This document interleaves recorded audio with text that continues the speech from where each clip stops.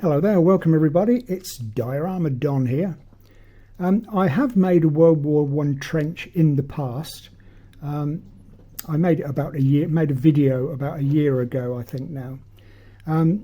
It was, as most people do, a cross section of the trench where you're looking down the length of it and you can see both sides of the trench.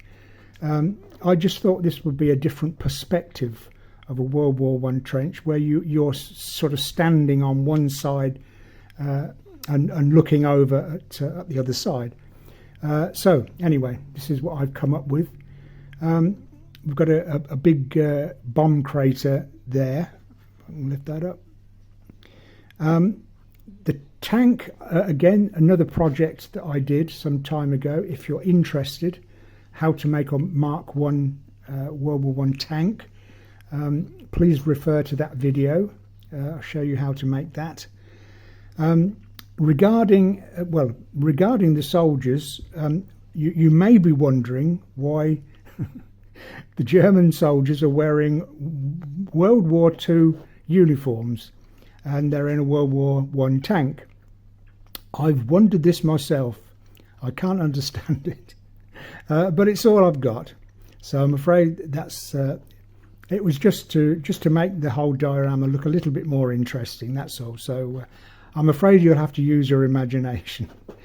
But the whole point of the diorama really was how to make this zigzag formation of a trench, but to make it all in one piece of card, so that because it's quite an intricate, difficult thing to make separately, I've made it all from one piece of card. So that's basically what the gist of the video is.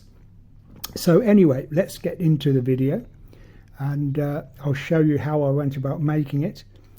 Before then, please subscribe to the channel. We're doing quite well, but it would be nice to get a few more subscribers.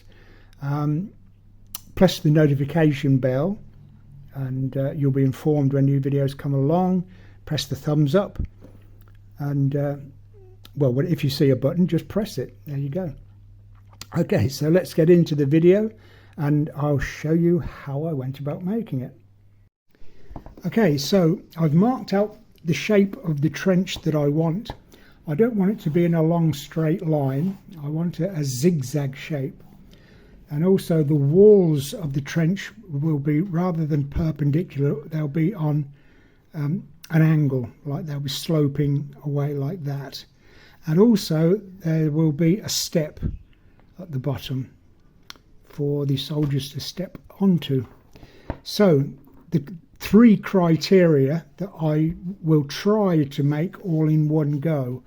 It will make life a lot easier if it works, and I'm not wholly sure that it will do. Okay, so once we've got the shape of the zigzag and the width of the trench itself, which is 13 inches, I need a piece of card slightly wider than 13, for reasons that will become apparent later. So we've got our zigzag, and we need to dissect each angle. Okay, and that's easily done with a pair of compasses in the point where you want it to be dissected. So scribe an arc there and scribe an arc there, and then from those 2 points scribe an arc at the top there, and where those 2 points cross, then draw a line, and that will be the center of that angle. So we do that there and that and that and that. So we've got center angles of those angles. Okay, with the outside angle, we don't do anything. These two outside angles. But with the inside angles, we need to measure 5/8 of an inch either side of that center line. So we've got a point 1.25 inches wide, and then from those 2 points, draw a line How can my pencil not work? For goodness sake. Like that. So we've got 1.25 inch gap there down to nothing, and I'll do the same on this inside angle also. Also 5/8 of an inch on this angle here and this angle here, and that will go down to that point there. So 5/8 down to there and 5/8 down to there. Okay, I think that's it. What we need to do then is cut that out, cut that shape out, and for these pieces all we need is just a single cut down there. So yeah, that will be cut out, 5/8 there, and then a single cut down there. So I'll go ahead and do that and come back and we'll do the next bit. Okay, so we've got this shape now. Measured the 5/8 out there and cut down to there, and then the 13-inch lines between the two lines there. So these are sticking out a bit either side. Cut those bits out. These are just cut down there. I don't think I mentioned that the distance between the bottom of the trench and the top is 3 inches. And the best way of marking those out is to get a piece of card 3 inches, leave it on that line, and then draw across the top there, like so. But anyway, we've got 3 inches that way. And then 1/2 inch from the bottom of the line, draw a line, and then another 1/2 inch and another line. So 1/2 inch, 1/2 inch, 1/2 inch, 1/2 inch, all the way along. And then turn it over and do the same thing. So again, using a 3-inch piece of card, lay it on the bottom there, and that will give you the 3 inches at the top, and then 1/2 inch, 1/2 inch, 1/2 inch, 1/2 inch. Then the clever thing, what you do, starting at the back, score these lines. 1, 2, 3, 4, 5. Score those lines. Then turn it over. Then score those middle lines. 1, 2, 3, 4, 5. Then turn it over again and score the top lines. Now, when you've done that, hopefully it'll turn out to be the walls of the trench on an angle with a step at the bottom. So I'll go ahead and score all those lines and do all the bending, and we'll see what it looks like. Okay, so I've done all my scoring, turned it over, scored that bottom line, turned it over, scored that middle line, and then turned it over again and scored the top line.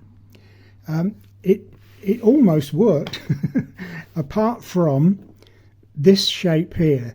You just need to clip out a little triangle just there on these bits, just there and just there. Just clip out a triangle rather than it be a straight line down there. Just take out a little bit there, so that when you fold everything all together, you've got the step and the leaning trench all in one go. Zigzag and the step and the leaning trench, which would be quite difficult to do if you're making everything separately. I feel anyway. I don't know that the time it took me to sort this out was actually worth it. I think this is the 4th attempt of doing it, but anyway, it's only the first time for you. And again, another problem, these inside angles, when they're bent out like that, then we'll need to make a filler to put in to fill that area there. Okay, again, this is okay with the step and the leaning wall, and then we'll need a filler in here. Okay, so I'll glue these bits and pieces together, make the fillers, and then we'll go from there. Okay, so I glued everything together, put my fillers in there. So we've now got a constant zigzag and a platform at the bottom and leaning trench all in one go. I've put a top and sides on so that it makes it into the size of the diorama that it will be. Now what we need to do is put the wooden slats up against the sides of the trench and on the step. So I'm using these lollipop sticks or popsicle sticks. These wide ones are a lot better.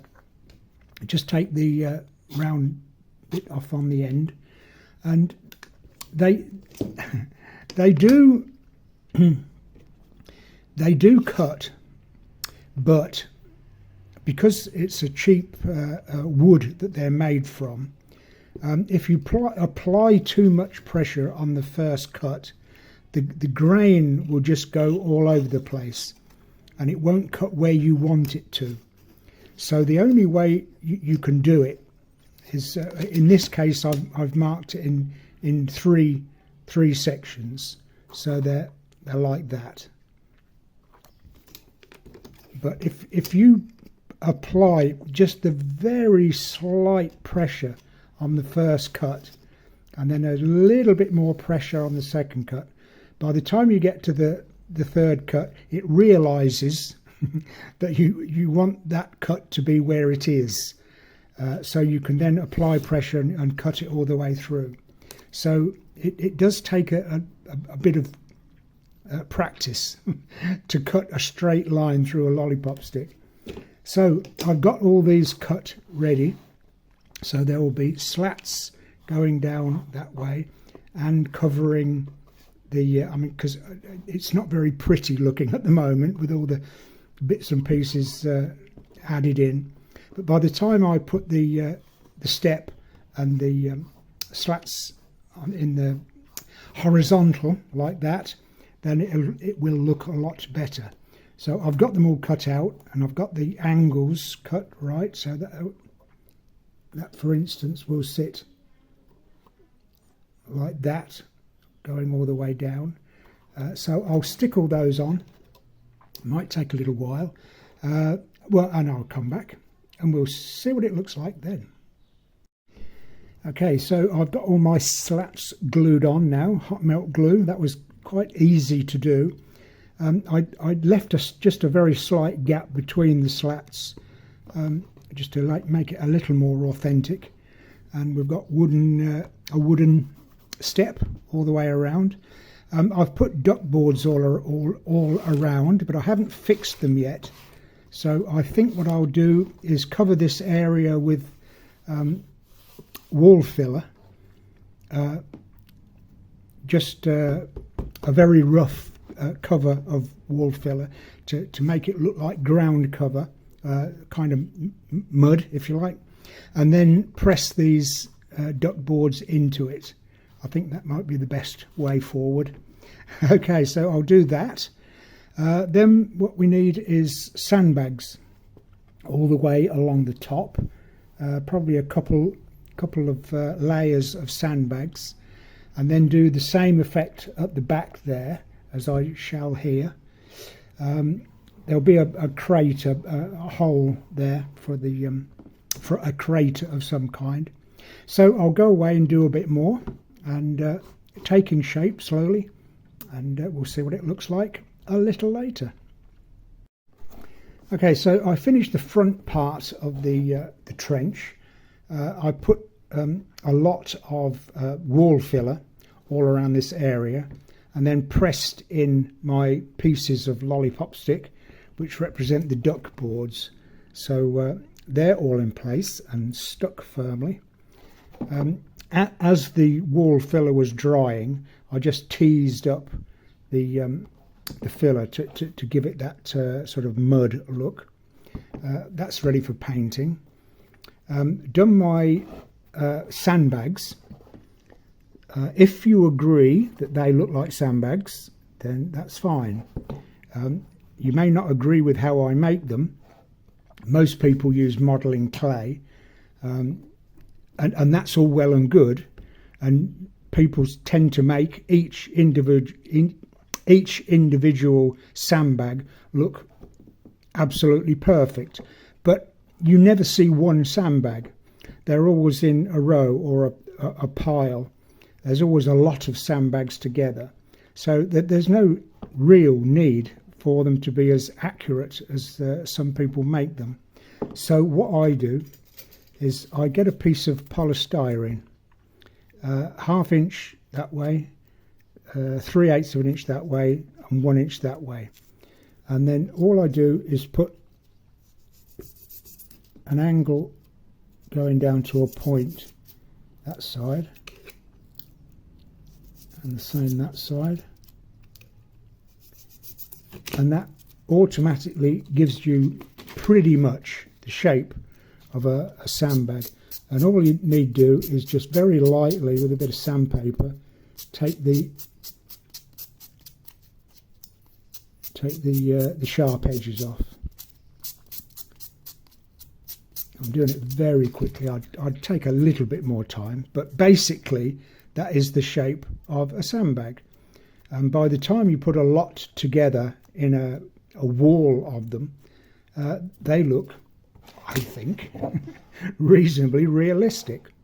So all I've got to do is paint them the right colour, and also the texture of polystyrene is pretty much the texture of the Hessian bags that sandbags are made from. Okay, so that's sandbags. I have made a video in the past of how I make my barbed wire. I'm not going to go into it now, but if you're interested in modelling barbed wire, then I've got other videos that I've made previously that you need to lock together. Just have a look at my previous video and it will show you how I make my barbed wire. We've got a crater, a bomb crater there.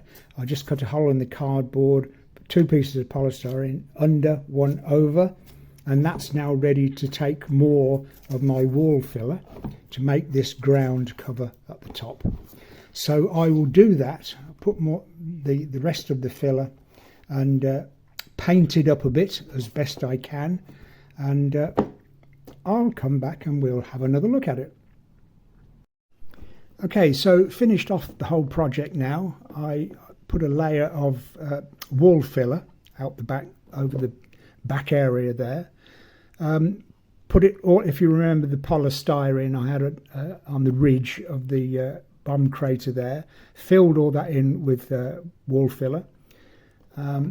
So there's the crater, and put a few stones all around the edge there. I painted it with grey grout, but I added some black grout, tile grout, just to darken it down a bit so that it looks a little bit more earth looking. Okay, so we have barbed wire around the top there. Again, I made a separate video on how to make that. Put my ladders in, made a little periscope. The wooden slats I painted, but then went over with sandpaper when the paint was dry, just to bring out the texture of the wood underneath. So I think that looks reasonably good. So there we are. That's my version of a trench. Now, if I were to make this again, and I think it's the same with everyone, once you've made one thing, you realise that you would make a better job if were given a second chance. I wouldn't make the angle of the trench so shallow. I would make it a much steeper angle of trench. So if you remember when we marked out the zigzag on the card, then we dissected the line and then measured up the height of the trench, and I measured 5/8 of an inch either side of the bisected line. If you bring that in a bit and make it maybe just half an inch either side. It's 25 mil. That will then make it a much sharper angle, less of an angle, if you know what I mean. But that would be the only change that I would make. That's all. But I think that looks reasonably okay. So the reason I've left this area free is for my Mark 1 tank, just coming over into the trench there, something like that. And again, if you're interested, I made a separate video on how to make a Mark 1 tank using just cardboard as usual. So there we are. That's the project completed. So thank you very much for watching this. If you're interested, have a go yourself. Let me know how you get on. Please click the subscribe button. Click the notification bell. You'll be informed when similar types of video come up. In the meantime, I'll see you in the next video. And as usual, I wish you the very best of happy modelling.